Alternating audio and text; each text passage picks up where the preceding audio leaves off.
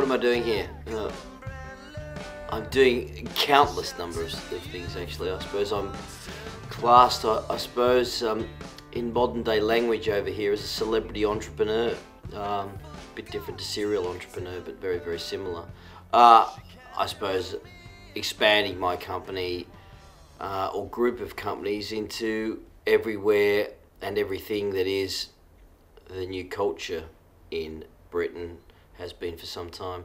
The celebrity culture, which I kind of call a new religion for young people and for the old, because it's big business here and well, around the world it's big business, but it seems to be massive business here in Britain and across Europe. I was originally sponsored by the newspaper I work for. I subsequently was married to an English girl, and then we started Big Pictures, the core business, together. I've just stuck with it and spent half the time, well, most of the time here, and then a bit of time back in Oz through the years. This was the centre of the world as far as I was concerned. Fleet Street was where it's at. It was my dream. And I wanted to be one of the first Australians really to have huge success on Fleet Street. Did I go out and intend and think that I could? No, I just wanted to give it a bash. And to be quite honest with you, I couldn't have carried David Beckham's boots to the game as a photographer back in Australia than what I learned here in five minutes. You know, I was very substandard, albeit had won Cadet Photographer of the Year in Australia and had done exceptionally well in my vocation back there. But I learned so much about the world. I learned so much about being a journalist more than anything else. Probably more about being a journalist than being a photographer.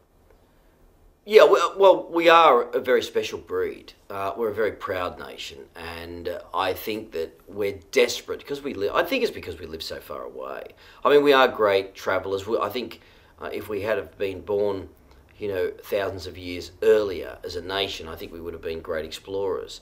And I think we don't like losing, and I think that's in our blood. And I think we perform actually better abroad than what we do at home sometimes. I think we become complacent at home, albeit our pinnacle and our percentages in life are very high. We set very high standards is what I'm trying to say. And I think we set them even higher abroad. I don't think there's any doubt. Coming in, you know, surrounded by the British, particularly in my circumstances, you know, I probably wanted to be circling more as a great white shark than anything else. I mean, you know, it was this little kid when I came to town, and I was totally ignored by everyone. And I think that gives you the fight and, you know, the ambition to achieve the unachievable, which has really been my motto ever since I was a young kid. And I think that'll stick with me for the rest of my life. I mean, it is because I won't, you know, achieving the unachievable is the impossible. But if you keep thinking of it, you keep striving to become better and better and better, although you never reach the main goal. I mean, I'm going to die never being the richest man on the planet. I'm going to die not being the poorest either. I think once you get that right in your head, I've seen billionaires bawl their eyes out because they don't think they've achieved in life. I'll tell you what, you know, I'm proud of what I've done, and I'm proud of what I've done more so, actually, as being a boy from Geelong, and secondly, being an Australian kid, come and face the world, and in some ways achieve a little bit of the expectations, because, you know, at the end of the day, I left there with $500, and if I went back with $500, I've had a bloody good time, and it's been a great crack. And to be honest with you, my life is about ticking boxes. It's not about being a particular legend in one particular area. You know, I tick boxes, so the core basis of my life is doing a lot of things, and probably not so well, but I'll have a crack, and I've come out on top a few times. I've got a huge passion for London. I think it's the greatest city in the world. You know, people talk about New York and, you know, the comparisons between London but I've travelled the world for countless years, consistently. And I've seen, there's not very many parts or corners of the globe I haven't seen. And I think it's a vibrant, sensational city. I think it's become multicultural in a good way. I think it's become it's an exciting town. You look around every corner and there's something exciting. Now, from the outside looking in, I've also got to say that it's a big difference if you've got a few quid in your back pocket and you haven't. But I also think it's the great thing about London. It's a great city for the backpacker, and it's a great city for a wealthy person. So I think it has everything. I think you can find every need, and you can pull from every need you want from a town such as London. It has the culture. It has the most amazing parks in the world. And you know what, for an Aussie particularly, the closeness we share with the British people is, you know, it's almost, I can feel it in our genes. There are huge similarities in terms of comedy, in terms of sport, in terms of vocation and entrepreneurial aggression and the exploring nature. I think the great thing about London is you're an hour and a half away from some of the most beautiful cities in Europe, and it makes London the hub of the world. It's the busiest airport for that reason. It's exciting, it's vibrant, and you know what, since I came here 20 years ago, the summers are getting a lot better, so you know, all I need is a beach, really.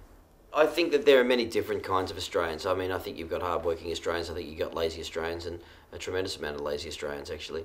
And I don't think... my point is that you come to London and you want to work. If you're a lazy Australian, you won't succeed.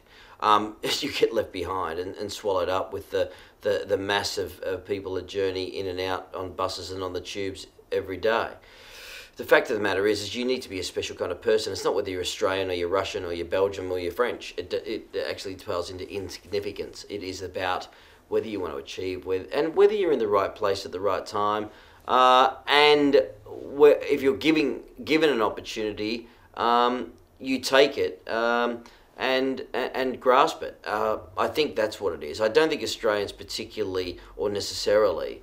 I think they get breaks here because of the nation's ethic in work. And I think if we're not careful, that will disintegrate over time if we don't journey with the same culture as our forefathers have. You know, and I think our work ethic, even if you go back to the old Anzac story, from a British perspective, that's where it's at. I mean, we're reliable people. Aussies are to be relied on the world around through grit and through battling through whatever you throw at them. They'll come out the other end achieving. And I think that is key to the future. But I think if youngsters come over here in the future and just do sod all and get a reputation for that, I mean, the whole English, Anglo-Australian work ethic thing will drop. It's down to the people that currently are in that environment and succeeding. So success is hugely important, is what I'm saying, for the future Australians that want to come over and conquer Europe. It's a very good question whether I'll return home to live in Australia one day. I certainly will, and to be quite honest with you, I'm living there a lot more these days than ever. Probably at least 2 to 3 months I'm spending back in Australia. I think the next step I'll turn it into 6. And then eventually, I think I'll be a lot more in terms of a period of time back there. But I think I'm lucky to be in a situation and appreciate the luck that I've put myself into, because I'm also a true believer is, you know, there's no such thing as luck. You make your own. But there is an element at times. So I put myself in a position where I'd probably love to be in an environment where I spend 3 to 6 months here and the rest back home. But Australia's my home. It's my heart home. It's where I really do live in terms of it's my soulmate. So yes, the dragging back to Australia is always, it's a constant tug of war as you get older and wiser, and really appreciate the beautiful things in life, in fact the simpler things in life.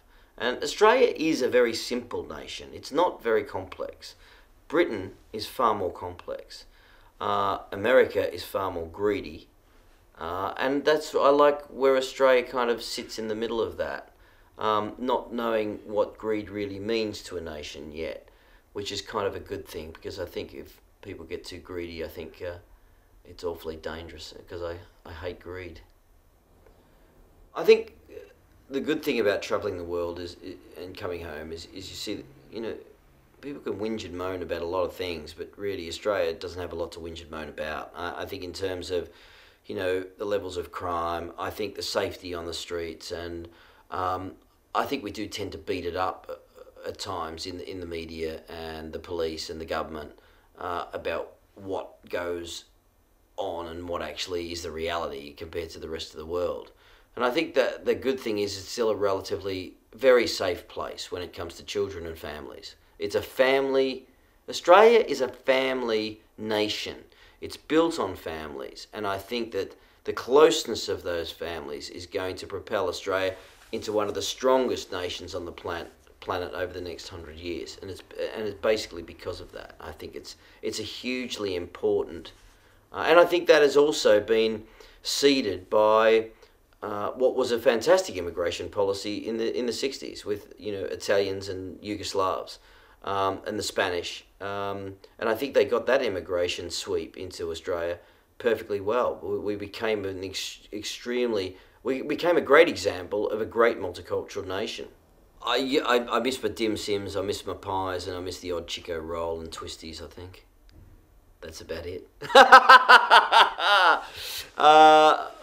I think I miss, in all seriousness, I miss the neighbourly feel that Australia has still.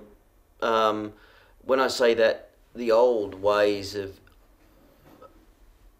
decades, or Australia is still about suburbia. It's still about going next door. It's still about not leaving your door unlocked at your house. Though to a certain degree, I still think a lot of that goes on in Australia. Going next door to get a cup of sugar, because the pav's gone a bit wonky, you need to make another one. Borrowing a couple of eggs from the next door neighbour. The friendliness.